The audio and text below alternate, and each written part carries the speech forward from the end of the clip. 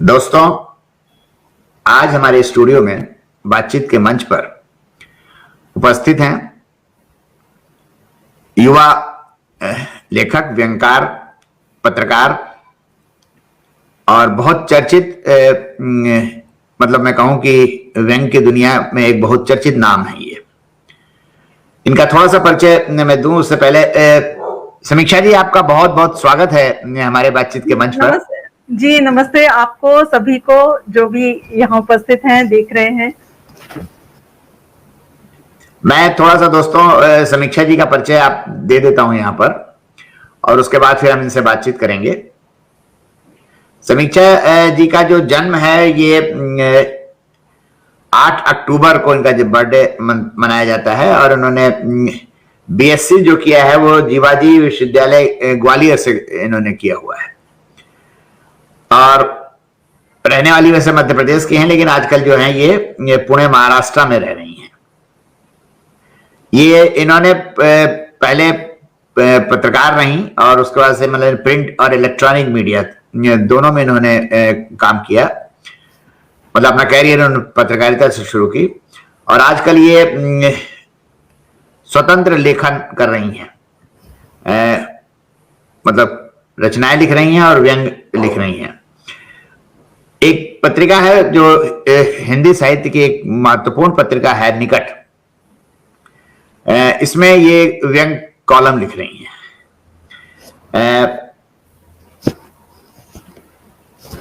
व्यंग लिखे हैं इन्होंने, संस्मरण लिखे हैं, किस्सा गोई इन्होंने लिखी है, मतलब और फीचर, कहानी, साक्षात्कार, निबंध, रिपोर्ट, कविता इत्यादि। साझा व्यंग संकलन जो है वो चाटुकार कलवा, अब तक 75 व्यंगकार, मिली भगत, वैश्विक व्यंग संग्रह, ये इनका जो है वो मतलब साझा संग्रह इनका आया हुआ है। इसके अलावा इनका एक व्यंग संग्रह है, जीव अनशन पर है, ये 2018 में प्रकाशित हुआ है और एक इनका जो यात्रा संस्मरण है वो 2020 में, यानी जो है उसका नाम है कबूतर का कैट वॉक। इसमें बातचीत करेंगे। कबूतर वैसे भी कैट वॉक करता ही है। मैंने हिंदी की ऐसी कोई भी पत्रिका या अखबार नहीं है जिसमें इन्होंने लेखन न किया हो, जैसे पंजाब केसरी, नवोदय टाइम्स, दैनिक भास्कर, नई दुनिया, स्वदेश, जनसंदेश टाइम्स, सुबह सवेरे, हरिभूमि, विजय दर्पण टाइम्स, लोकोत्तर, अक्सर, विश्व, कादम्बिनी, निकट, ओजस्विनी, गर्भनाल, विश्व हिंदी साहित्य, मॉरिशस, व्यंग यात्रा, अट्टहास, साहित्य कुंज, ई अभिव्यक्ति, प्रवासी संसार, आधुनिक साहित्य, हिंदुस्तानी जबान साहित्य, गंधा इत्यादि। आकाशवाणी से इनके कई कार्यक्रम प्रसारित होते रहते हैं और प्रतिलिपि पर भी इनके कार्यक्रम जो है वो प्रसारित हुए हैं। इनका जो व्यंग संग्रह है जीव अनशन पर है, उसके लिए इनको सम्मान मिल चुका है मध्य प्रदेश हिंदी लेखिका संघ द्वारा 2020 में ये पुरस्कृत हुई हैं। अबू धाबी यूएई में अंतरराष्ट्रीय पुस्तक मेले में व्यंग संग्रह जीव अनशन पर है, ये वहां पर प्रदर्शित हुआ, ये भी एक सम्मानजनक बात है। पत्र लेखक संघ द्वारा ग्वालियर की पहली महिला पत्रकार के रूप में इनको सम्मानित किया गया, पहली पत्रकार महिला पत्रकार 1998 में। तो ये तो समीक्षा जी का परिचय हो गया। आप थोड़ा सा बातचीत इनसे करते हैं। समीक्षा जी, ये बताइए कि जैसे अभी मैं देख रहा था कि आपकी जो शिक्षा है वो बीएससी है, साइंस है ना जी, मतलब बॉटनी और geology, botany, chemistry, physics, chemistry. हाँ। तो ये बताइए कि लेखन की तरफ या पत्रकारिता की तरफ आपका झुकाव कैसे शुरू हो गया? लेखन की तरफ कैसे झुकाव हुआ ये तो मुझे भी नहीं पता एग्जैक्टली, क्योंकि हम लोग उत्तराखंड की यात्रा पर थे और मेरे दादा दादी, उनको जाना था उत्तराखंड घूमने के लिए, तो दादाजी काफी बुजुर्ग थे। मेरे पापा ने बोला कि चलो हम लेकर चलते हैं। तब मैं 12 साल की थी। आके मैंने उसको एज इट इज जैसा देखा वैसा का वैसा लिखा उसको पूरा का पूरा घर में आके। तो एक आदत भी थी उस समय कि जैसे ट्रेन से कहीं जाते थे, या क्योंकि पापा मेरे घुमाते थे हर साल कहीं ना कहीं लेकर जाना, उनका एक रहता था कि छुट्टियों में कहीं ना कहीं घुमाना, चाहे गांव हो चाहे डैम हो, क्योंकि वो इरिगेशन में थे, डैम वगैरह उनका एरिया था। तो हम लोग को हर साल लेकर जाते थे। तो वो एक बहाना होता था। और फिर पता नहीं वो लिखा मैंने, और वही चिट्ठियों के इस पे भेज दिया बुआ वगैरह को। सबने कहा अरे इतना सुंदर लिखा, बोले हमें लगा कि हम ही यात्रा कर रहे हैं पूरी इस टाइप से। उसके बाद वो लेखन मेरा चालू रहा। स्कूल में, स्कूल की मैगजीन्स वगैरह में मैं लिखती थी। और जैसे डिबेट की वाद विवाद प्रतियोगिताएं वगैरह जो होती थी उसमें हमेशा पार्टिसिपेट किया मैंने। तो करीब मैं 8वीं क्लास में रही होंगी, तब से लेकर और कॉलेज टाइम तक अपने हर साल वाद विवाद प्रतियोगिता मुझे जीतना ही है, ये मेरा अंदर से रहता था। क्यों जीतना है ये तो मुझे भी नहीं मालूम, लेकिन जीतना है बस। तो उस हिसाब से मैं तैयारी करती थी, और उसमें लिखना भी रहता था, और बहुत सारी चीजें हमें पढ़नी पड़ती थी। बहुत नए टॉपिक्स पे हमें पूरा नॉलेज होना चाहिए, तब हम बोल सकते थे वहां पर खड़े होके 10 मिनट के टाइम में। तो वो एक था। और फिर निबंध वगैरह भी लिखे मैंने। तो उसमें भी मेरे एक सर थे स्कूल में, तो उनको बड़ा पसंद आया। मैंने इंग्लिश लिटरेचर लिया हुआ था 11th में। तो उन्होंने बोला कि है ना, अब उसमें पहले से कोई डिसाइडेड तो ऐसे सब्जेक्ट वगैरह रहते नहीं है, उन्होंने अचानक से सब्जेक्ट दिया था, उसमें मैंने लिखा। और तब ऐसे टीचर्स वगैरह भी बहुत तारीफ तो करते नहीं थे, वो टाइम ही बहुत अलग था। और उन्होंने कहा कि समीक्षा तुमने बहुत अच्छा लिखा है, और मतलब बहुत प्रोत्साहित भी किया उन्होंने। और उसके बाद मेरा ऐसे ही लेखन जो है निरंतर चलता रहा। उसके बाद मैं कॉलेज में थी, तो मेरा मतलब पापा की पोस्टिंग होती थी, तो हम लोग 7 साल छतरपुर में थे। तो वहाँ की आकाशवाणी में और भी प्रोग्राम हुए। फिर स्कूल से जितने भी प्रोग्राम होते थे उसमें पार्टिसिपेट करती थी, कॉलेज के भी इसमें। फिर हाफ मेरा जो बीएससी है वो ग्वालियर से हुआ। हाफ पहले फर्स्ट ईयर और हाफ सेकेंड ईयर मेरा छतरपुर से हुआ, उसके बाद में ग्वालियर गई। तो ग्वालियर में क्या हुआ, सेमिनार्स वगैरह होते थे पत्रकारिता के, तो उसमें मैंने पार्टिसिपेट किया था। और सबसे बड़ी बात ये थी कि उस टाइम पर हमारे यहाँ जो दैनिक भास्कर आता था उसमें एक कॉलम आता था संपादक के नाम पत्र। तो वो मैंने जब शुरू किया तो मतलब पता नहीं हफ्ते में 3-4 बार या 2 बार कभी मेरा पत्र उसमें होना ही है। मतलब ये था कि मैं जो भी कुछ लिखकर पोस्ट कार्ड पे लिखकर भेजती थी वो आता था उसमें, और पब्लिश होता था। तो बड़ा अच्छा लगता था कि कॉलेज में है और ये पब्लिश हो रहा है। तो इस टाइप से ये प्रोत्साहन मिलता गया। और उसके बाद मतलब धीरे धीरे वो एक उसमें आदत में आ गया कि नहीं, डेली कुछ ना कुछ लिखना है, कुछ पढ़ना है। लाइब्रेरीज वगैरह मैंने ज्वाइन कर रखी थी, सेंट्रल लाइब्रेरी थी हमारे वहाँ पर, माधव लाइब्रेरी थी। तो वहाँ डेली जाना, बहुत सारे अखबारों को पढ़ना, बुक्स इश्यू करा के घर पे लाना, मतलब ये सब एक निरंतर जो प्रक्रिया होती है उसमें वो चलता रहा। उसमें कोई मुझे अलग से कुछ ऐसा नहीं करना पड़ा कि जिसके लिए मतलब बहुत प्रयत्न करने पड़े, ऐसा कुछ नहीं था। जो मन में आता था बस लिख डालती थी आके तो यही था बस मेरा लिखने का। लेकिन जैसे कि आपने लेखन में जो करियर की शुरुआत की वो तो पत्रकारिता से की आपने? नहीं, लेखन तो मेरा बहुत पहले से था।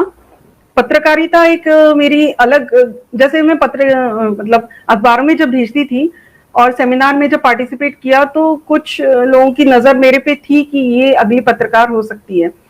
तो मैं लिखती थी, और जब मैं गई तो उन्होंने मतलब कुछ मेरे पास ऐसे कोई डिग्री नहीं थी पत्रकारिता की भी, लेकिन सामने से ही आ गया मेरे लिए कॉल, तो मैं चली गई उसमें पत्रकारिता में। और वो जो लेखन पहले वाला जो किया हुआ था वो वहां पर भी काम आया। और हम देखते हैं ना कि जैसे काम हम जब करते हैं या कुछ होता है तो हमारे अनुभव, हर दिन के अनुभव, हर मिनट के अनुभव बहुत कुछ कह देते हैं लिखने के लिए। तो वो मेरे साथ होता चला गया।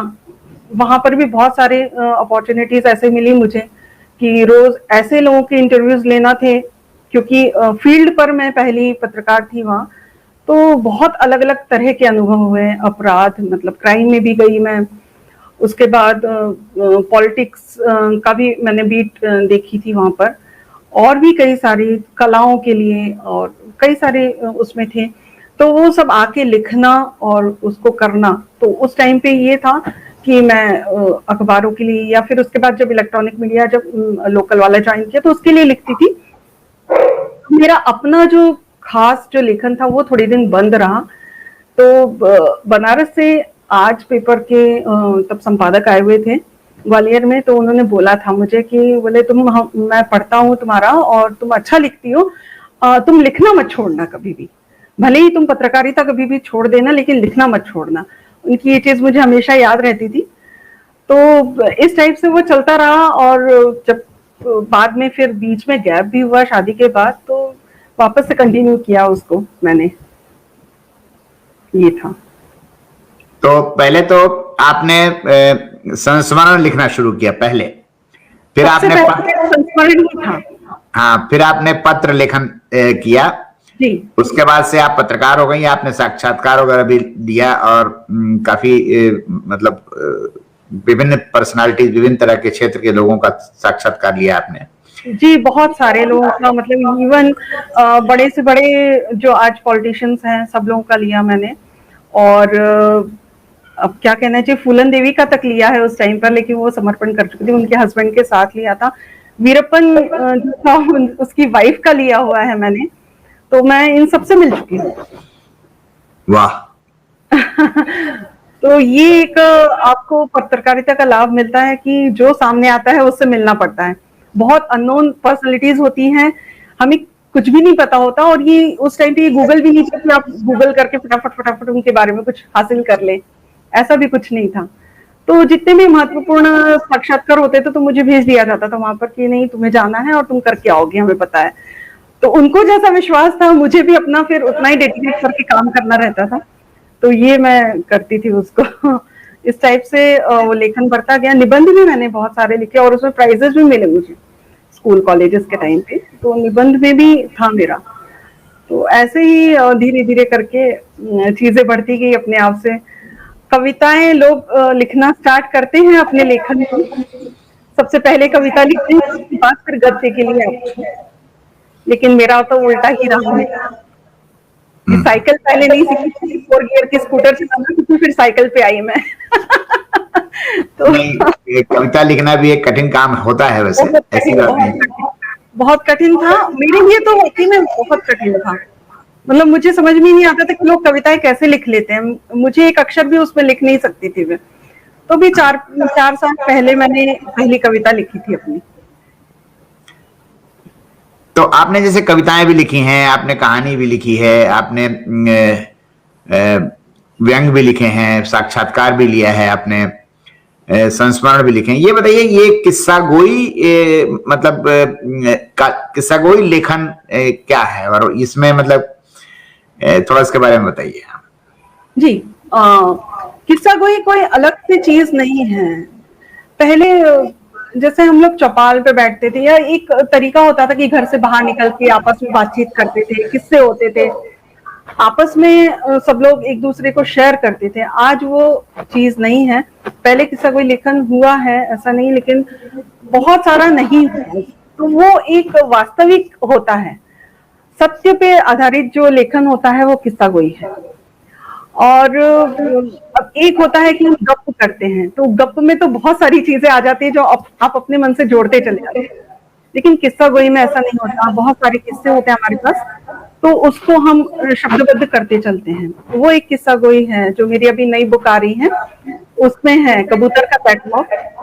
तो मेरी नजर पड़ी कि कबूतर देखिए कैटवॉक करता है, हमारे यहाँ रोज आता है, तो उसमें मैंने लिखा था। और वो कैसे, क्या उसका क्या मनोविज्ञान है, वो क्या कर रहा है, क्या नहीं कर रहा, उसके ऊपर कई सारे लेख मैंने लिखे हुए हैं। तो एक लेख का नाम है उसमें कबूतर का कैटवॉक। वो पूरा यात्रा संस्मरण भी है, क्योंकि मेरी यात्रा ही है वो सब, और मेरे साक्षात्कार भी है एक तरीके से, हर एक से। समुद्र से मेरी यात्राएं हैं, वो समुद्र कि मतलब वो एक आपको ऐसी जर्नी नहीं है कि आपको घूमने फिरने के लिए बताएगी, वो आपको शब्द चित्र बताएगी कि, और वहाँ का मनोविज्ञान भी समझना है आपको, समुद्र का और पक्षियों का और प्राणियों का, या फिर वो उस जगह का, तो वो मैंने अपने शब्दों में अपने नजरिए से लिखा है। ये मेरा कबूतर के कैटवॉक में वो है। और मतलब यही सब चीजें मैंने उसमें डाली है कि मजदूर यदि काम करता है तो वो कैसे काम करता है। एक मेरा उसमें है बंजी जंपिंग का, तो वो मैंने मजदूर जो होते हैं, देखिए मतलब हुक अड़ा के रहते हैं, लेकिन उनको फिक्र नहीं होती कि वो गिरेंगे। यदि ऊपर 7वें 10वें माले से भी वो काम करते हैं तो हार्नेस लगाते हैं, ऐसा कुछ जरूरी नहीं है। लेकिन हम जब बंजी जंपिंग करते हैं तो हार्नेस और हर तरह की सिक्योरिटी हमारे साथ होती है। तब बच्चे बंजी, मतलब आजकल जो इतना फैशन चला है, तो मैंने उसको मजदूरों के लिए लिखा है कि वो अपने खाने के लिए बंजी जंपिंग करते हैं अपने रिस्क पे। तो वो भी एक मेरी किस्सा गोई है शब्द चित्र के रूप में। मेरे सामने एक बिल्डिंग बन रही थी, उसको लेके मैंने लिखा। तो इस टाइप से मेरा सारा है। उसमें अबू धाबी के भी बहुत सारे लेख हैं और यहाँ के भी हैं, पहले के भी हैं, तो बहुत विविध है। वो एक जगह का कुछ ऐसा नहीं है।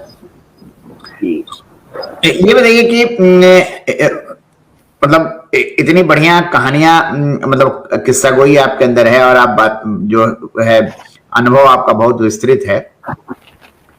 व्यंग लिखना क्यों शुरू किया? व्यंग लिखने के पीछे मतलब आपकी क्या मंशा रही है? नहीं, कोई मंशा नहीं थी मेरी। मैं आपको मतलब सच बताती हूँ कि जब मैं अखबारों में संपादक के नाम पत्र भेजती थी तो वो व्यंग ही होते थे मेरे, छोटे छोटे छोटे छोटे। और उसके बाद जैसे होता है अखबार, जैसे कुछ कभी कुछ निकालते हैं कि आपके हमें व्यूज चाहिए इसके बारे में, या ये इस पर लेख चाहिए, क्योंकि जो हमेशा छपते उनसे वो मांग लेते थे। पहले तो यही होता था, क्योंकि वो खुद से कॉल करके या फिर पत्र भेज के वो मांग लेते थे कि आपका हमें इसके लिए लेख चाहिए। तो मैं हमेशा लिखती थी और मुझे नहीं पता था कि विधाएं क्या होती हैं, क्योंकि साइंस साइड की थी। तो मेरी हिंदी बहुत अच्छी नहीं थी, मतलब एक जो व्याकरण वाली हिंदी होती है, या हिंदी सब्जेक्ट भी मेरा था तो बहुत सामान्य था। तो मैं उसमें भेजती थी। और फिर एक बार स्वदेश अखबार के एक संपादक थे, शिव बरुआ जी, अब नहीं है हमारे बीच में। तो वो मुझे मिले और उन्होंने बोला कि बोले तुम व्यंग बहुत अच्छा लिखती हो। तो मैंने कहा ये क्या होता है? तो बोले कि अरे तुम्हें नहीं पता। बोले ये, फिर उन्होंने नरेंद्र कोहली जी की मुझे बुक दी थी और बोले तुम जो लिखती हो व्यंग ही है। मैंने कहा अच्छा, इसे व्यंग कहते हैं। तो ये एक मेरे लिए था, क्योंकि वो लिखना तो अंदर से ही आता था, मैं कुछ इसके लिए प्रयत्न अलग से करती नहीं थी कभी। तो वो मुझे तब पता चला कि ये व्यंग मैं लिख रही हूँ। और फिर धीरे धीरे उसके बाद कई लोगों को पढ़ा, फिर उसमें मुझे इंटरेस्ट और आने लगा, क्योंकि मुझे लगता था कि मैं अपने चीजों को, या मैं जो सोचती हूँ उसको मैं इन्हीं शब्दों में बहुत अच्छे से सामने रख सकती हूँ। तो उसी को मैंने आगे बढ़ाया। नहीं, व्यंग में तो एक तंज होता है, एक कटाक्ष होता है, और जैसे है ना किसी विषय जो आपको चुभ जाती है तो आप भी उस पर पलट के वार करते हैं व्यंग की भाषा में, है ना। जैसे वो सामाजिक कोई समस्या है, या कोई राजनीतिक समस्या है, कोई पारिवारिक समस्या है, या किसी व्यक्ति की कोई बात है, तो व्यंग की जो शैली है। और मैं देख रहा था कि तो व्यंग आप काफी लिख रही हैं आजकल, और ये जो निकट पत्रिका में कॉलम लिख रही हैं आप, मैंने उसमें से कुछ पढ़े हैं, तो इसके बारे में थोड़ा बताइए कि व्यंग का कॉलम आपसे लिखने के लिए मतलब जो आग्रह किया गया और आपने उसको निरंतर बना रखी है, तो इसके पीछे आपको क्या लगता है? ये आपकी शैली जो है वो उनको पसंद आई? किस्सा गोई भी तो आपकी एक शैली है, कहानी भी लिखना है, अनुभव भी लिखना है, संस्मरण भी लिखना आपका एक अच्छा है। तो व्यंग, तो व्यंगकार आप के रूप में पहचानी जाती हैं आजकल। जी। दरअसल मेरा लेखन वैसा ही है, यदि आप मेरे किस्सा गोई भी पढ़ेंगे तो उसमें आपको व्यंग की भाषा मिलेगी। और वो कहते हैं कि जैसे कहानीकार होता है तो कहानी, या कथाकार होता है तो मतलब उसकी जो अंदर से जो निकलती हुई भाषा है वो आपको किसी भी विधा में मिल जाएगी। यदि मैं कविता भी लिखती हूँ तो उसमें भी व्यंग निकल आता है। और अभी जो किस्सा गोई वाला मेरा जो है उसमें कई सारे लेख आपको मिलेंगे जिसमें आपको लगेगा कि अरे ये तो व्यंग है, लेकिन नहीं, वो मेरी आंखों देखी चीजें हैं और मैंने उसी को लिखा है। तो वो एक चीज अपने आप से है, गॉड गिफ्टेड है मैं तो कहूंगी, क्योंकि हर एक का जीवन संघर्षपूर्ण तो होता है। हर एक को हर चीज बोलते हैं कि जैसे चांदी की थाली में परोसी हुई नहीं मिलती है, मुझे भी नहीं मिली। तो वो एक मतलब एक चीजें होती हैं हमारे बचपन में, हम उस मतलब उसका विरोध हम किस तरीके से कर सकते हैं। तो शब्द, यदि हमारे पास शब्द हैं लिखने के लिए, तो बहुत अच्छा तरीका होता है कि हम शब्दों के द्वारा अपना विरोध दर्ज करें, विसंगतियों को निकालें। तो ऐसा कुछ मैंने ठान के नहीं रखा था, लेकिन अपने मन में जो मेरे अंदर जो आती थी चीजें, वो मैं सामने रखती थी लिख के।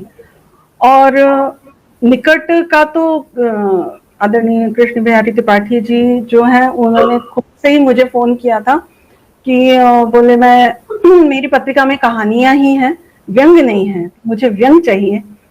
तो बोले आप मेरे लिए भेजिए और मैं लेना चाहता हूँ। तो मुझे बड़ी खुशी हुई, मैंने सहर्ष स्वीकार किया उस चीज को, क्योंकि ये बहुत बड़ी बात थी मेरे लिए कि किसी मैगजीन में कॉलम लिखना। जब ऐसा टाइम है जब लॉकडाउन में सब चीजें बंद हो रही हैं, बड़ी से बड़ी मैगजीन्स जो है दिल्ली प्रेस की जैसे बंद हो रही हैं, बंद हो चुकी हैं, मतलब कादम्बिनी जैसी बड़ी मैगजीन तक बंद हो चुकी हैं, और भी कई सारी।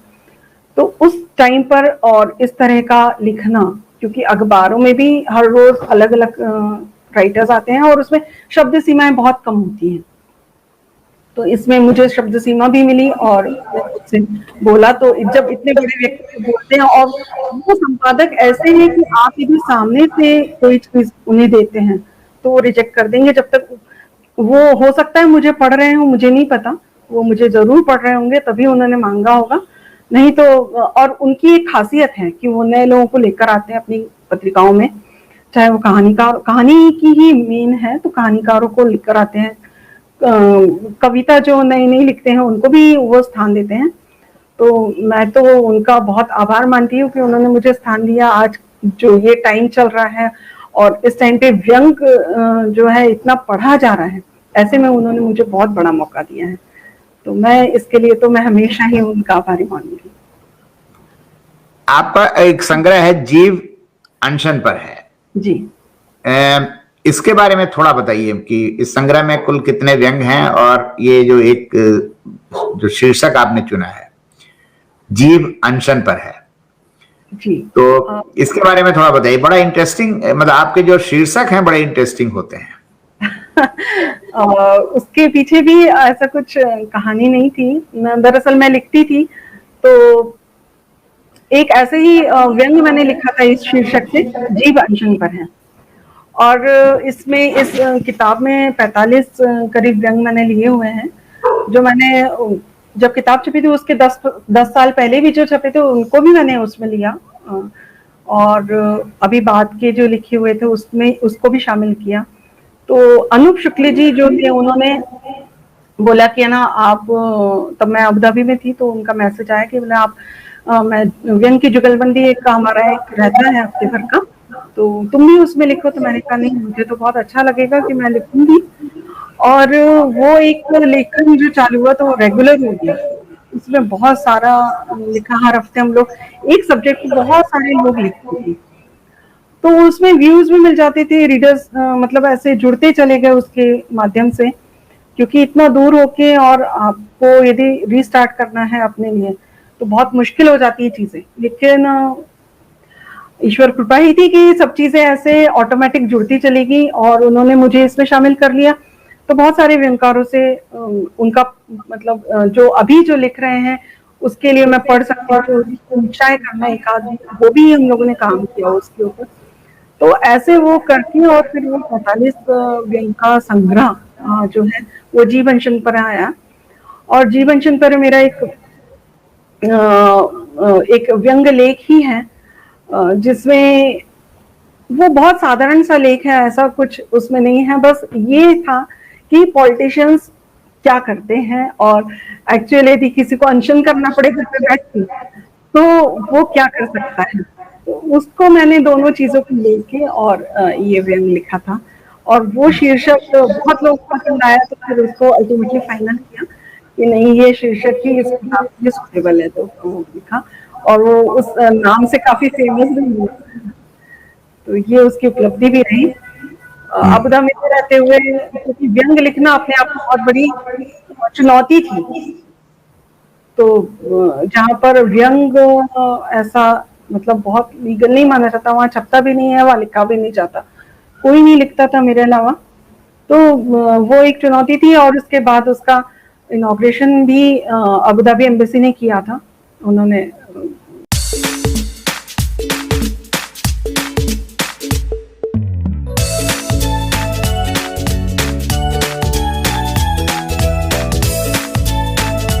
बुला के, तो वो मेरे लिए बहुत यादगार थी वो सब चीजें। अभी आपने कहा कि जैसे अखबारों में व्यंग जो लिखा जाता है उसकी शब्द सीमा होती है, और थोड़ा मुझे बताइए कि ये जो शब्द सीमा जो है वो व्यंग का जो मूल तत्व है, वैसे लिखने वाले तो आजकल वन लाइनर भी लिख रहे हैं जी। लेकिन जो व्यंग का मूल तत्व है यानी कि जो लेखक कहना चाहता है वो क्या शब्द सीमा में वो पूरी बात कह सकता है या कह पा रहा है आज के समय में? देखिए कुछ तो टिप्पणियां लगती हैं मुझे, मैं बहुत लोगों को पढ़ती हूँ जो आजकल लिख रहे हैं, सब मतलब बहुत बहुत लोगों को पढ़ती हूँ। हो सकता है उनको टिप्पणी नहीं कर पाती हूँ, कमेंट्स नहीं कर पाती हूँ अपने, लेकिन पढ़ती मैं जरूर हूँ सबको। और कुछ व्यंग मुझे ऐसा लगता है कि वो खाली एक हमारे कमेंट बन के रह जाते हैं, क्योंकि जब तक व्यंग शुरू होता है तब तक उसके खत्म होने का टाइम आ जाता है, तो वो उठ नहीं पाता है उतना। शब्दों का हेर फेर करके हम उसको यदि व्यंग बोलते हैं तो वो व्यंग नहीं होता मेरे हिसाब से। आप कुछ कहना चाहते हैं तो एक कथा के रूप में आप कहें तो मुझे लगता है वो ज्यादा लोगों तक पहुंचती है। व्यंग लेख जो होते हैं, निबंध जो होते हैं, वो कम लोगों तक पहुंच पाते हैं, क्योंकि हम बचपन से जब पैदा होते हैं तो उसके बाद हम कहानी सुनते होते हैं, तो हमारा एक जो माइंडसेट होता है कि कहानी हमें बहुत जल्दी याद हो जाती है। कहानी या कविता दो चीजें ऐसी होती है कि मनुष्य को वो बहुत जल्दी याद हो जाती है, चाहे किसी भी भाषा में हो। आपको बचपन से जो सुनाया गया हो कहानी के रूप में तो हमेशा वो आपके साथ मरते दम तक जाएगा। आप जो 50 साल के बाद जो याद रखेंगे वो याद नहीं रहता, वो भूल जाते हैं। लेकिन जब आप 4 साल के 5 साल के होते हैं उस समय जो आपको याद किया रहता है वो हमेशा याद रहता है। तो मेरे हिसाब से जो कहानियां होती हैं वो व्यक्ति को बहुत ज्यादा अट्रैक्ट करती हैं। तो कहानियों के रूप में यदि व्यंग लिखा जाता है तो वो काफी दिनों तक याद रहता है, और यही मैं मानती हूँ इस चीज को। तो ठीक है, अपनी अपनी शब्द सीमाएं हैं, कोई 300 देता है, कोई 250 देता है, उनकी अपनी सीमाएं हैं, और वो उसमें भी छपना चाहिए क्योंकि हर एक कोई पत्रिकाओं में नहीं पहुंच पाता, और स्पेस तो चाहिए। हम लिख रहे हैं ये कैसे पता चलेगा, तो उसमें अखबारों में लिखना कोई बुरी चीज नहीं है, यदि आ जाता है उसमें तो बहुत ही अच्छी बात है। लेकिन अखबारों में जो मैं व्यंग देखता हूँ, मैं भी लिखता रहा हूँ अखबारों के लिए जी। लेकिन मैंने देखा कि उस पर लिखते समय तात्कालिकता ज्यादा प्रभावी रहती है। बिल्कुल। अभी कोई घटना हो गई मान लीजिए और हमने उस पर लिख दी, लेकिन वही घटना आजकल क्या होता है ना कि आज एक घटना घटती है, उसके 4 घंटे बाद एक दूसरी घटना घट जाती है, उसके अगले दिन कोई तीसरी घटना घट जाती है, तो पहली वाली बासी हो जाती है। जी। और मैं जब अपना संग्रह तैयार कर रहा था तो मेरे अपना अनुभव है, मैं इससे थोड़ी बात निकलेगी, तो मैं देख रहा था कि उसमें बहुत सारे व्यंग मुझे रिजेक्ट इसलिए करने पड़े कि वो उनका आज कोई मतलब नहीं रह गया। जी। है ना, मैं जैसे मान लीजिए कि प्रियंका गांधी अपने भाई के समर्थन में उतर आई, अब उस पर मैंने व्यंग लिखा, तो लेकिन अब मैंने जब संग्रह तैयार करने लगा तो मैंने कहा ये तो पुराना मसला हो गया, अब तो अब इसको कौन पढ़ेगा। तो ये सारी समस्याएं होती हैं। तात्कालिकता का भी एक शब्द सीमा ही नहीं, तात्कालिकता भी एक सीमा बना देती है। बिल्कुल। आपने अभी कहा कि मैं बहुत सारे व्यंगकारों को पढ़ती रहती हूँ। जी। यहाँ पर एक मेरे मित्र हैं अभिषेक अवस्थी, उनका जरा कमेंट पढ़ लीजिए, क्या लिखा है उन्होंने। अभिषेक को तो हमेशा ही पढ़ती हूँ, ये ऐसा क्यों बोल रहा है, ये तो अभिषेक को तो मतलब वो नहीं होनी चाहिए मेरे से, शिकायत नहीं होनी चाहिए। अभिषेक को मैं हमेशा लगातार पढ़ती हूँ। और हाँ, आप बिल्कुल सही कह रहे हैं। और मुझे भी ऐसा ही लगता है कि जो तात्कालिक विषय होते हैं वो उसकी उम्र जो है 1 या 2 दिन ही होती है, इससे ज्यादा नहीं होती है।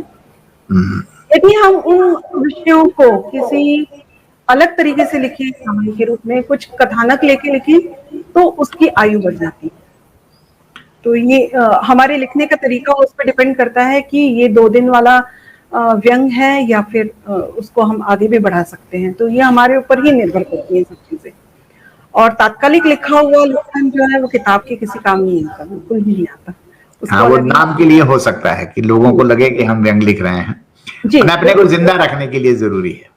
बिल्कुल बिल्कुल। व्यंग की दुनिया में जी, तो हमारे वरिष्ठ लोग बोलते भी हैं कि तात्कालिक लिखिए, लेकिन किताबों के लिए अलग व्यंग लिखिए और तात्कालिक अलग लिखिए। तो मुझे उनकी बात ये बहुत अच्छी लगती है कि हाँ, लिखना चाहिए अखबारों में, तो क्यों नहीं लिखना चाहिए। हमें बहुत कम अखबार ही आजकल दे रहे हैं और हमें जगह मिलती है तो जरूर लिखना चाहिए उसके लिए। तो तात्कालिक भी लिखिए, उसके साथ साथ अपने संग्रह के लिए भी आप कोशिश करते रहिए, क्योंकि तात्कालिक व्यंग बहुत जल्दी खत्म हो जाते हैं, उसकी आयु नहीं रहती है। और हमें यदि हमेशा के लिए टिकना है और इसमें ही आगे काम करना है तो हमें टिकाऊ व्यंग भी लिखने पड़ेंगे। अच्छा, ये जो आपने जो यात्रा संस्मरण जो आपने लिखा है, जो कबूतर का कैटवॉक है ना जी, तो ये यात्रा संस्मरण क्यों है? ये तो इसमें आपने बताया कि संस्मरण है, जैसे आपने कबूतर को चलते हुए देखा तो आपने लिखा, तो इसे यात्रा संस्मरण क्यों आप कह रही हैं? ये हमारा मन भी यात्राएं करता है, हम जो देखते हैं वो भी यात्राएं होती हैं। जरूरी नहीं कि हम उसके लिए सड़कों पर घूमे, हवाई जहाज में घूमे, ट्रेनों में घूमे। हम हर वक्त यात्रा पर ही रहते हैं, हमारा दिमाग जो है बहुत सारी यात्राएं कर रहा होता है। तो कबूतर का कैटवॉक तो एक्चुअली जब मैं मतलब निकली घर से और सोसाइटी में खड़ी तो उस पर ही लिखा हुआ है, वो एक शब्द चित्र है और मैं घूम कर आई और मैंने क्या महसूस किया वो सब लिखा हुआ है। तो यात्रा संस्मरण उस किताब को इसलिए भी नाम दिया क्योंकि समुद्र में मैं घूमने भी गई थी और काफी सारे जो मतलब लेख हैं वो मैंने किनारे बैठ के भी लिखे हुए समुद्र के ऊपर। तो हम समुद्र के अंदर कितने अंदर तक जा सकते हैं वो हमारी यात्रा ही होती है और वो मैंने लिखा है। यदि आप पक्षियों को समझते हैं, आप डेली उनको देखते हैं, मेरे घर में तोता, मैना, कबूतर, कौवा, यहाँ सारे आते हैं, बहुत सारे पक्षी आते हैं मेरे घर में। मैं उनको देखती हूँ, उनका मनोविज्ञान समझने की कोशिश करती हूँ, वो क्या करते हैं। कबूतर को हम शांति का दूत क्यों बोलते हैं, जबकि झगड़ते हैं, वो एक दूसरे से मारामारी भी करते हैं। उनके मतलब मेल फीमेल उनका एक वो रहता है, गठबंधन किस टाइप का रहता है वो भी होता है।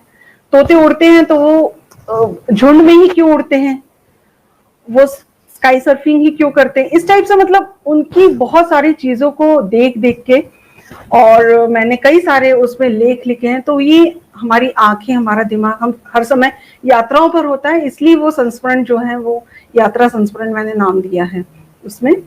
और उसमें जैसे अब मैं टैक्सी से यदि कहीं गई हूँ तो टैक्सी वाले से जो बातचीत हुई है वो भी मैंने उसमें लिखी है, या फिर मेरे घर में कोई मेड आती है उसने अपनी कुछ बातें शेयर की हैं और मुझे ऐसा लगता है कि वो होनी चाहिए लिखी हुई कहीं, तो वो भी मैंने शेयर की है उसमें।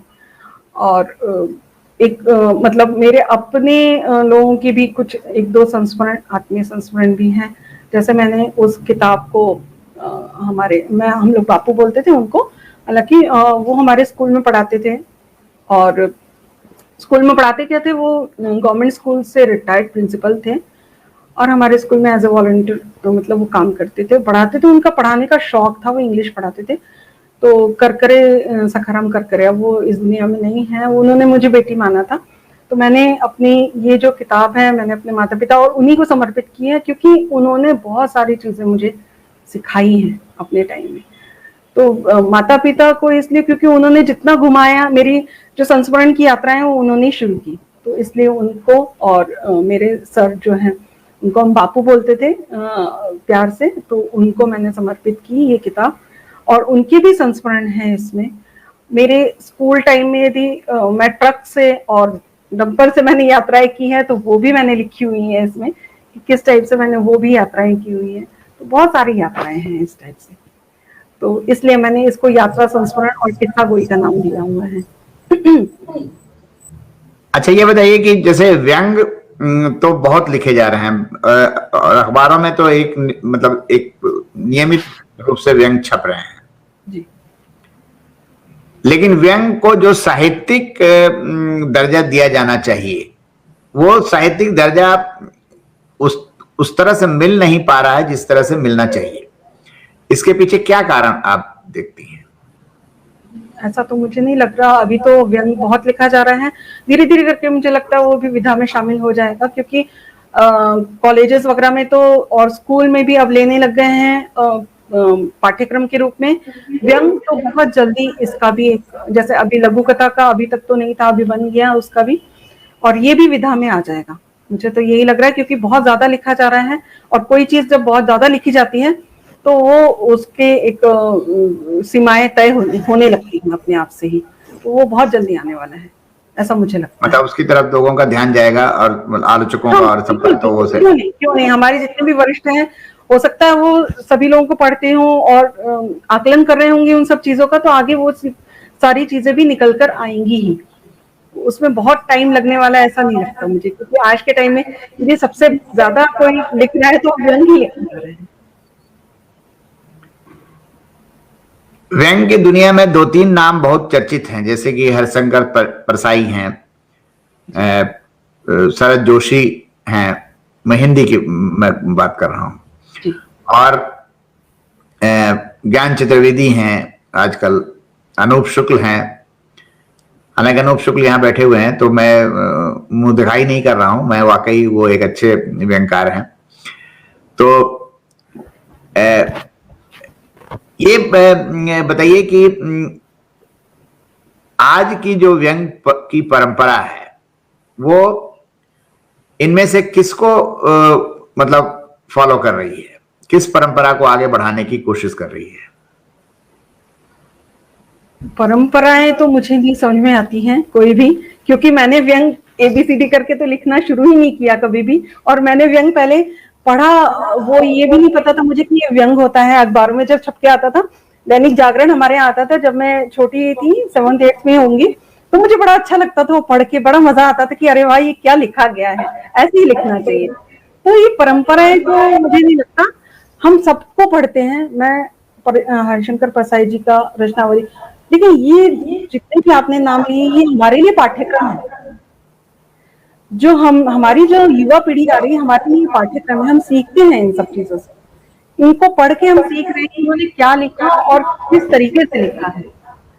तो वो उनको पढ़ के हमारी समझ बढ़ रही है और उसी को हम आगे बढ़ा रहे हैं। परंपराएं मेरी समझ में नहीं आती है, मैं बहुत क्लियर हूँ कि परसाई जी की क्या परंपरा रही है और शरद जोशी जी की क्या परंपरा रही है और ज्ञान चतुर्वेदी जी की क्या परंपरा रही, मैं उन सब में नहीं पढ़ती हूँ, लेकिन हाँ मैं सबको पढ़ती हूँ, ये निश्चित है। और मुझे जितना मैं पढ़ती हूँ मुझे बहुत अच्छा लगता है सबको पढ़ना। नहीं, आपने एक बात तो बहुत अच्छी कही कि ये जो मतलब 3 नाम मैंने गिनाया, वैसे तो बहुत और भी नाम होंगे और जिनका नाम छूट गया वो कृपया अन्यथा ना लें, कि ये इंस्टीट्यूट्स हैं, मतलब जैसे आपने कहा कि ये पाठशाला है और इनको पढ़ के सीखना चाहिए। लेकिन कई बार ऐसा होता है कि जब हम किसी स्कूल में पढ़ते हैं, किसी कॉलेज में पढ़ते हैं, तो उसकी कुछ ना कुछ छाया हमारे ऊपर हमेशा बनी रहती है जी, कहीं ना कहीं से वो छाया प्रकट हो ही जाती है ना। तो आप के ऊपर अगर मैं 2 शब्दों में जानना चाहूं तो आपके ऊपर नरेंद्र कोहली, ज्ञान चतुर्वेदी, हरिशंकर परसाई और अनूप शुक्ल कह रहे हैं कि मेरी तारीफ न ज्यादा की जाए। अब वो तारीफ के काबिल हैं तो क्या करें, हमको करना ही पड़ेगा। तो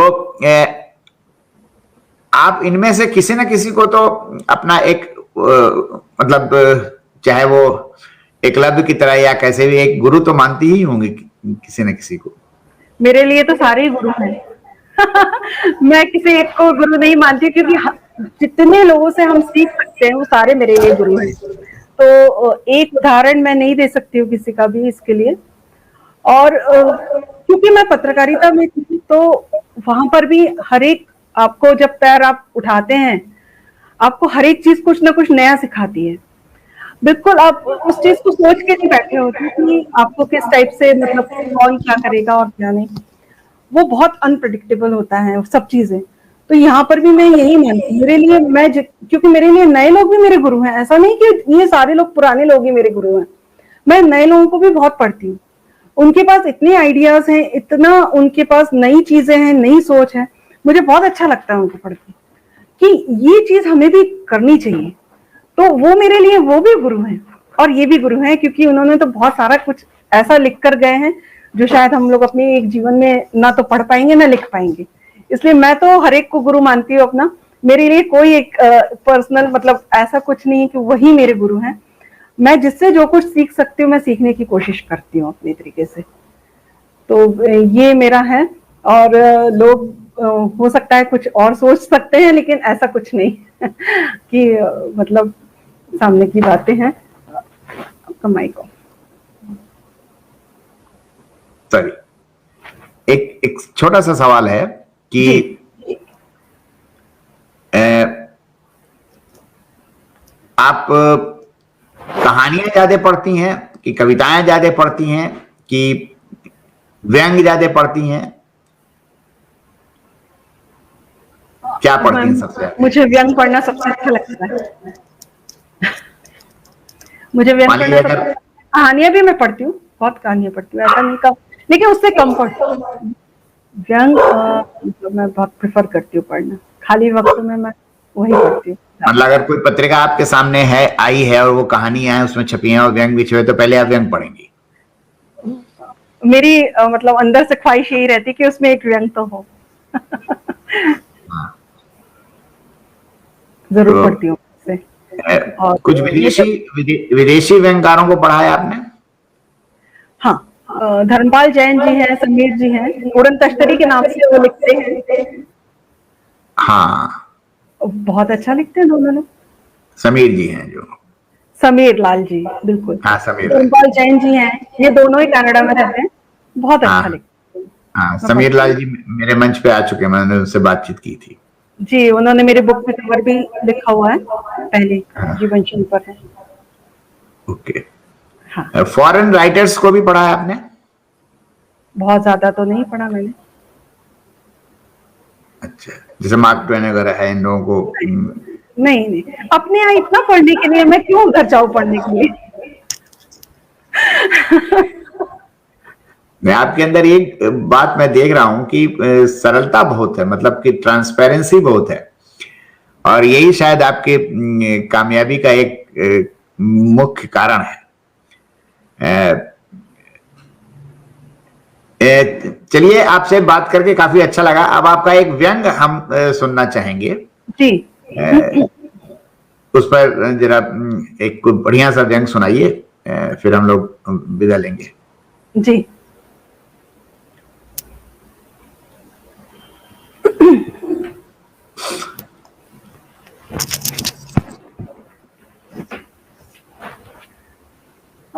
मेरा भी प्रकाशित हुआ था ये व्यंग, राग मालकौंस में बेदरबारी महाराज। तो ये मैं सुनाऊंगी।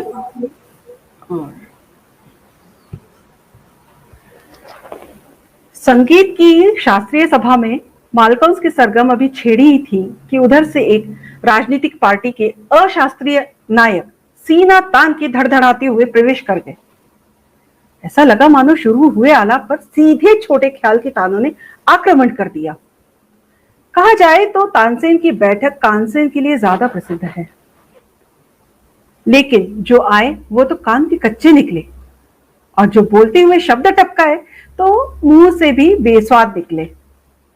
फिर भी इस अधपके कच्चे माल को सजाने वाले वहां काफी थे। इतने थे कि मालकॉन्स की ठंडी काफी बना चुके थे। नेताजी आकर अपनी सीट पर पधारे।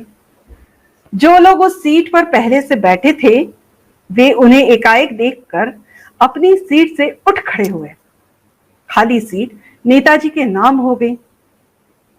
ये लोग भरी हुई सीट हड़पने का फंडा ज्यादा तरीके से जानते हैं। उनके साथ उनके ढेरों समर्थक भी पधारे। सियासत पर तालियां बजाने का काम वे ही बखूबी कर सकते थे। उन्हें भी पता था कि संगीत के रसिक सम पर ताली बजाते हैं। बंदिश के बीच होने वाले भाषण तानसेन की शास्त्रीय सभा में वेश्या की ठुमकी के समान था, तो जाहिर था कि संगीत प्रेमी पर होने वाला यह अत्याचार वो ताली बजाकर तो नहीं झेलते।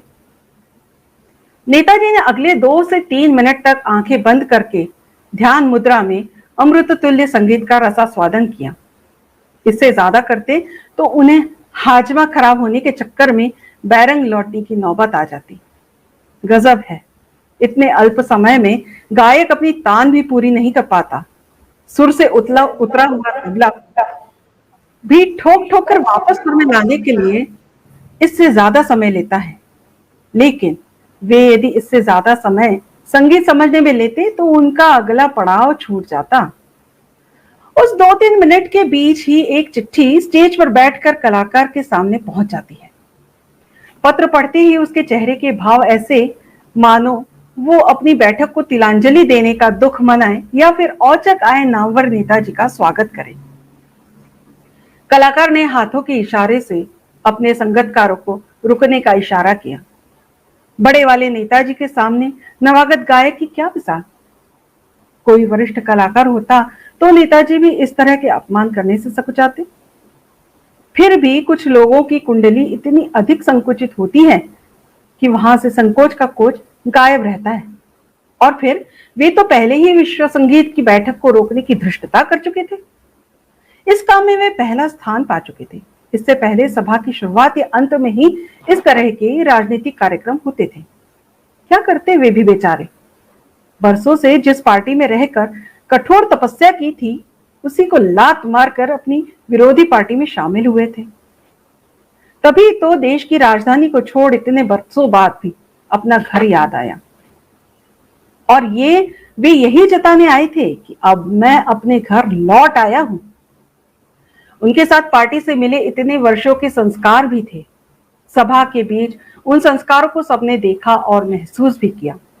ये बात दीगर है कि राजा के कु या सुसंस्कारों पर बोलने का हक प्रजा को कहां है। कुछ 3 मिनट बाद नेताजी स्टेज पर पहुंचे।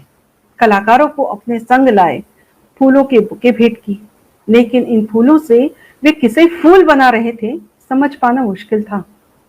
बड़ी ही शान से अपना मास्क मंच पर झटकते हुए रखा, अपने बालों को सहलाया और सबकी नजरों से बचाते हुए अपना खर्रा सामने रख लिया।